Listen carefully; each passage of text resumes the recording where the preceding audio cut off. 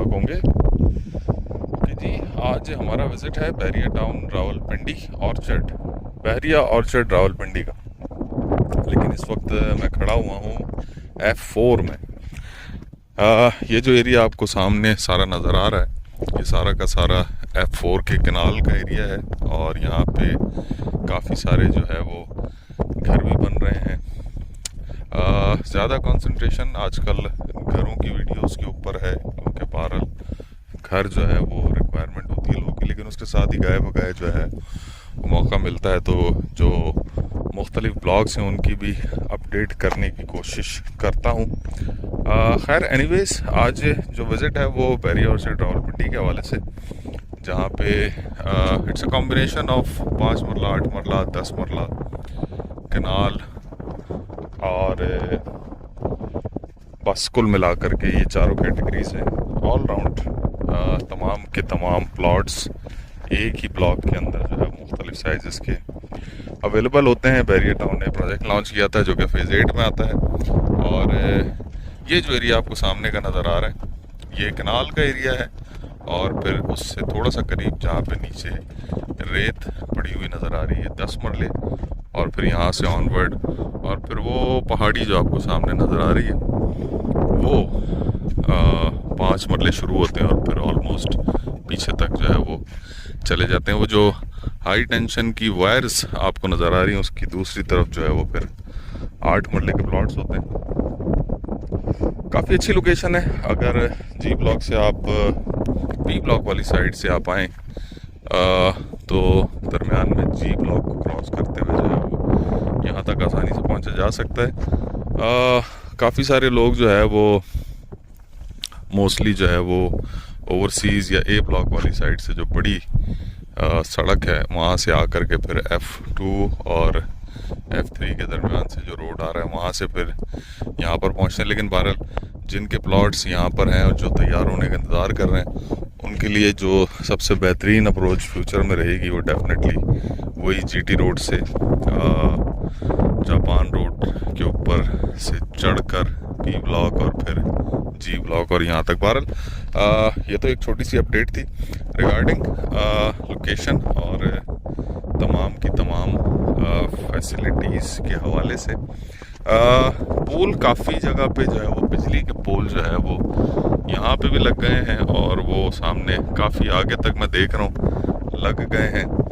और यकीनी तौर पे जो है वो जिन हजरात के यहाँ प्लॉट तैयार हैं और जिन्होंने मुझसे परचेज़ किए थे उनके लिए एक अच्छी खबर यह है कि यहाँ पे काफ़ी तेज़ी से अब काम जो है वो और मज़ीद स्पीड अप शुरू हुआ है। प्राइसिंग डेफिनेटली पिछले जैसा कि गवर्नमेंट चेंज हुई थी उसके बाद फिर काफ़ी जो है वो डिस्टर्बेंस हो गई और टैक्सेस इंप्रूव हो गए, गेन टैक्स इंप्रूव हो गया, और उसी तरीके से फिर with holding tax, capital value tax, ये सारी की सारी चीज़ें जो है इंप्रूव हुई। तो उस सिलसिले में जो है वो इन्वेस्टर हजरात जो है उन्होंने अपना हाथ उस तरीके से सेल परचेज से खींच लिया, और जिसकी वजह से बहरहाल मार्केट डिस्टर्ब है और अच्छी खासी जो है वो ऑर्चिड की प्राइसेस में कमी वाक़ई हुई है। कनाल के जहाँ पे पहले कोई 1.15-20 तक चले गए थे, बहरहाल अब ऑफर्स बहुत कम की आती हैं। इसी तरीके से 10 मरले के प्लॉट भी काफ़ी मुनासिब नीचे की तरफ आ गए हैं, और इसी तरीके से 5 मरले जो नॉन डेवलप है वो तो खैर काफ़ी ज़्यादा डाउन है, और जो रेडी लोकेशंस हैं कुछ जो पैचेस के अंदर जगह तैयार हैं उनके जो है वो काफ़ी बुरे हालात तो नहीं कहेंगे लेकिन बहरहाल ठीक है।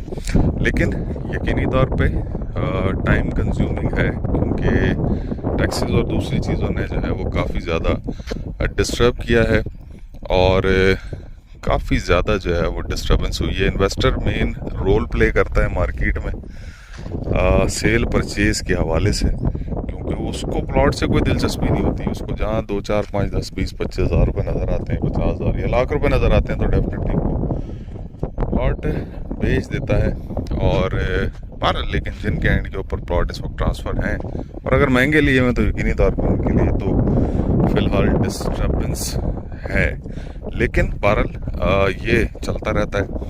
हर दौर में जो है वो प्राइसिंग कभी अप जाती है, कभी डाउन जाती है, कभी ज़्यादा हो जाती है, कभी कम हो जाती है। लेकिन बहरहाल यहाँ पर खड़े होकर के बताने का मकसद ये था कि जो सामने पहाड़ी नज़र आई बेसिकली ये सारा का सारा भी इसी तरीके से था, और अब माशाल्लाह जो है वो ठीक ठाक डेवलपमेंट और काम और तमाम की तमाम चीज़ें, यहाँ पे रहाइश भी आ गई है और सड़कें भी बन गई और सारी की सारी सर्विसेज भी आहिस्ता आहिस्ता आ रही हैं और मुस्तकबिल में भी बेहतरी के चांसेस हैं। लेकिन फ़िलहाल बहरहाल मार्केट उस तरह कोई बहुत अच्छी रिस्पॉन्स नहीं कर रही बैरिया की, और इसका क्रंच बहरहाल मौजूद है क्योंकि जो डिमांड सप्लाई के फार्मूले बहरहाल वो रहते हैं हर जगह।